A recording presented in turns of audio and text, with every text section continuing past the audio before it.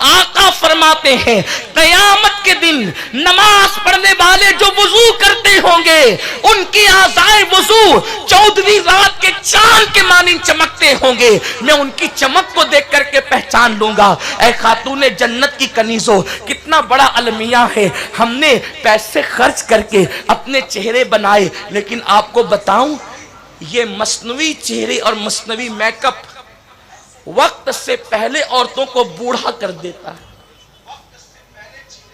اس لیے کہ اس میں ایسی دوائیاں، ایسے کیمیکل اور ایسی چیزیں ہوتی ہیں وقت سے پہلے چہرے پہ جھلیاں پڑنے لگتی ہیں، جوانی میں ہی چہرہ بوڑھا نظر آنے لگتا ہے۔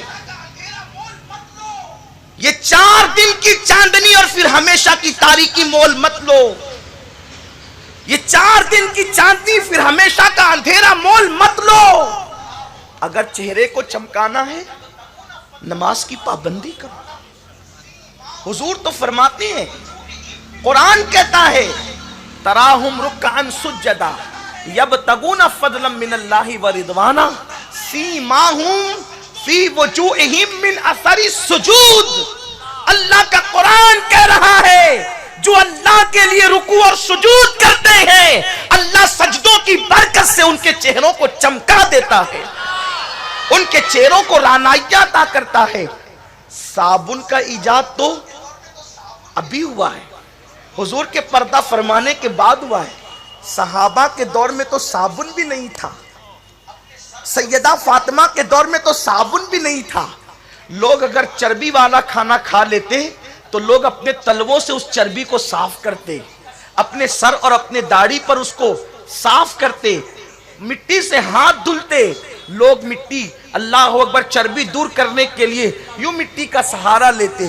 حضرت سیدہ ام سلمہ خود کہتی ہے حضور علیہ الصلوۃ والتسلیم جب کبھی جو ہے وہ حاجت سے باہر تشریف لاتے اور میرے آقا علیہ الصلوۃ والتسلیم قضائے حاجت سے جب باہر آتے تو سرکار دیوار پہ ہاتھ ملتے۔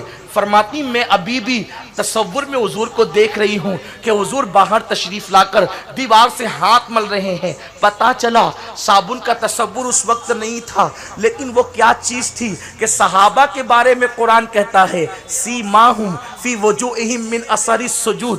آپ مجھے بتائیں اگر صابن چہرے چمکاتا تو یہ چہرے سونے سونے کیوں نظر آتے ہیں؟ یہ چہرے بے رونق کیوں نظر آتے ہیں؟ یہ چہرے بے نور کیوں نظر آتے ہیں؟ سفید چمڑی کا نام نورانیت نہیں ہے، سفید چمڑی کا نام حسن نہیں ہے، اس لیے کہ انگریزوں کی چمڑیاں تو سفید ہوتی ہے لیکن چہرے دیکھ کر کے گھن آتی ہے۔ اللہ اللہ، بلال کے چہرے پر وہ کیا رعنائی تھی کہ جنت کی حوریں تمنا کرتی تھی کہ بلال کے حسن کی خیرات ہمیں مل جائے۔ وہ رعنائی کس چیز کا نام تھی؟ تو پتہ چلا صابن اور میک اپ انسان کے چہرے کو وہ رعنائی نہیں دے سکتے جو اللہ کی عبادت عطا کرتی ہے، جو سجود عطا کرتے ہیں۔ آج بچیاں خوبصورت بننے کی دوڑ کے اندر لگی ہوئی ہے، اگر ٹی وی پر اشتہار آ جائے کہ فلاں کریم نیا نکلا ہے، اس کو 8 دن استعمال کرو تو چہرہ سفید ہو جائے گا، چہرہ خوبصورت ہو جائے گا، یہ لگاؤ تو چہرہ خوبصورت ہو جائے گا، تو لوگ اس کے لیے ہزاروں روپے خرچ کرتے ہیں۔ لیکن اللہ اکبر، اللہ کے قرآن نے کہا سیماہم فی وجوہہم من اثر السجود، سجود کی برکت سے چہرے چمکتے ہیں۔ اے خاتون جنت کی کنیزوں، اپنی فکر کو بدلنا ہوگا۔ مذہب اسلام نے تمہیں کہیں بھی یتیم نہیں چھوڑا، مذہب اسلام نے کہیں بھی تمہیں بے سہارا نہیں چھوڑا۔ تم مذہب سے دور ہوتے جا رہے ہو، مذہب سے دور مت جاؤ۔ جو مذہب سے دور جاتے ہیں وہ ہلاک کر دیے جاتے ہیں، وہ تباہ و برباد کر دیے جاتے ہیں۔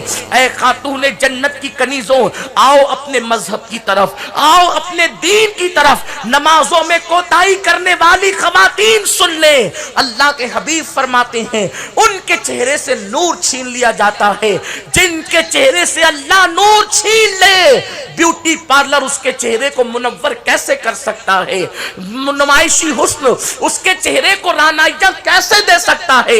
اے خاتون جنت کی کنیزوں، اس کے بعد اللہ کے حبیب مصطفیٰ کریم رؤوف الرحیم صلی اللہ علیہ وسلم ارشاد فرماتے ہیں جب کوئی کوئی عورت نماز پڑھنا ترک کر دے، جب کوئی مرد نماز پڑھنا ترک کر دے تو اس کے کام لوگوں کی نظر میں مقبوض ہو جاتے ہیں، یعنی لوگ اس کے کاموں سے نفرت کرتے ہیں۔ آج ہر گھر میں ساس بہو کا جھگڑا ہے، نند اور بھاوج کا جھگڑا ہے، میاں بیوی کا جھگڑا ہے، اور آپ جب جھگڑے کو لے کر کے بیٹھو، اس کی پوری تفصیل سنو تو ایسا لگتا ہے کہ جھگڑے بے بنیاد ہے، لیکن گھروں میں آگ لگی ہوئی ہے، طلاق کی شرح بڑھتی جا رہی ہے، گھر گھر طلاق، گھر گھر تباہی، گھر گھر بربادی۔ میں کہتا ہوں یہ آگ جو لگی ہے وہ صرف بے نمازی پن کی بنیاد پر۔ اللہ کے حبیب نے پوری سروے رپورٹ پیش کر دیا کہ جب نماز کو ترک کرو گے تو لوگ تمہارے کام سے نفرت کریں گے۔ ساس بہو سے چڑھتی کیوں ہے؟ اس کے کاموں سے نفرت۔ ننند بھاوج سے چڑھتی کیوں ہے؟ اس کے کاموں سے نفرت ہے۔ شوہر بیوی سے چڑھتا کیوں ہے؟ اس کے کاموں سے نفرت ہے۔ بیوی شوہر سے چڑھتی کیوں ہے؟ اس کے کاموں سے نفرت ہے۔ اور کام سے نفرت کیوں پیدا ہوتی ہے؟